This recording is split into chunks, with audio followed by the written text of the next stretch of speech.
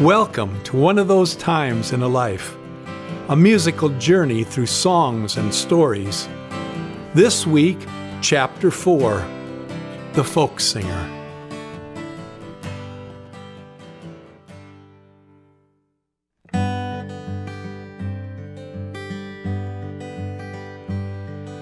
Sing your song, oh songman, sing your song.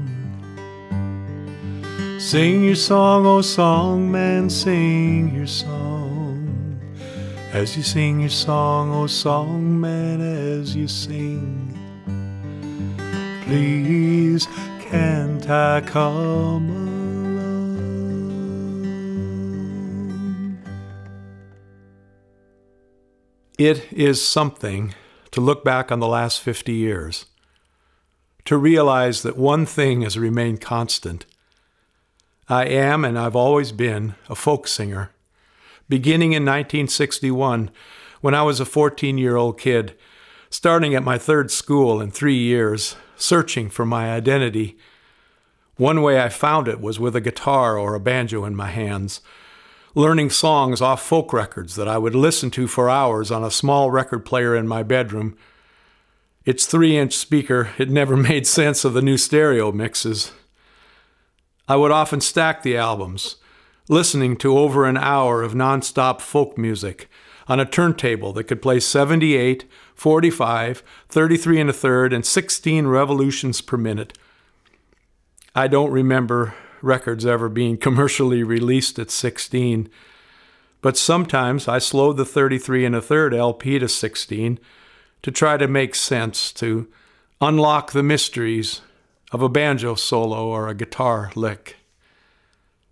And lots of nights I would fade off to sleep with the music playing, sometimes awake enough to hear the record player turn itself off, other times falling asleep before the last song, and sometimes adding my unseasoned voice to the music that filled my bedroom. I have a vivid memory of getting my first guitar. It's this guitar, the one I'm holding now. It's a Silvertone. My folks went with me to Blessing and Toohey Music in Spokane, the south side of downtown, not far from the high school. And it was a rainy weeknight. My dad had come home early so he could come. There were 2 student guitars hanging on the wall. One was blonde and cost $20. The other was dark like this one, and it cost $15. My dad asked Norm Toohey, "What's the difference between them?" "The $20 one is new," Norm Toohey said. My dad said, "We'll take the one with experience." So off the wall it came. I wrapped it in a blanket, and home we went. A missionary family was on a year's sabbatical then, and attending our church. The wife, Helen Louise Landsverk, was my first guitar teacher. In fact, years later I was doing a show in Spokane and telling the story of how this missionary from India taught me to love curry and the guitar, and a hand went up in the audience. And a woman said, "I'm Helen Louise, now retired and living in Spokane."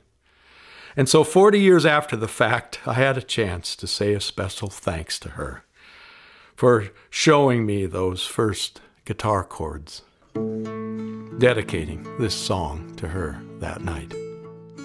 This old guitar has been at times the only friend I knew.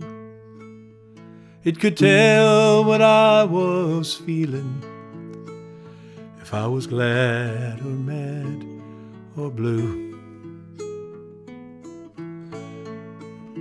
When I had those feelings, I felt I couldn't explain, I picked up this old guitar, I listened to her play, found a brand new love song in this old guitar of mine. knows what I'm feeling and what my heart has in mind. Close your eyes and listen to what it took our love to find. A brand new love song in this old guitar of mine.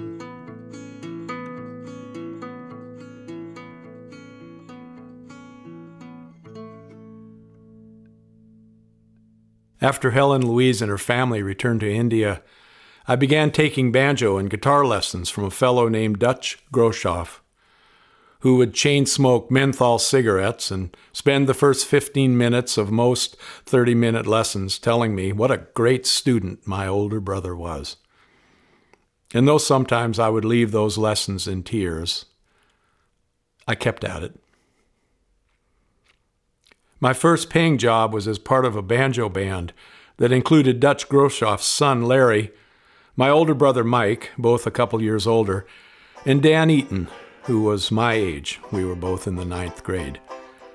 We wore red-striped vests that our mothers made and played songs like Bye Bye Blues and Just Because and The World's Waiting for the Sunrise. And the first job was at the Coeur d'Alene Hotel on Post Avenue in downtown Spokane. We rode the service elevator with our banjos down to the bar, the smokiest room I've ever been in. We played our songs, rode the service elevator back to the lobby, and standing outside in that fresh, heady air, Larry gave each of us $3. And that next year, Dan Eaton and I, now both sophomores at Lewis and Clark High School, joined forces with a senior, Joe Allison, and formed our own folk group, taking our name from a movie marquee, The Castaways, and buying button-down striped shirts to conform to the folk style of the day, set by the group that made folk singing popular and even somehow hip, the Kingston Trio. And suddenly, I was a folk singer. And now, 50 years later, I still am. Sing your song, oh song man, sing your song. Sing your song, oh song man, sing your song. As you sing your song, oh song man, as you sing, please can't I come along?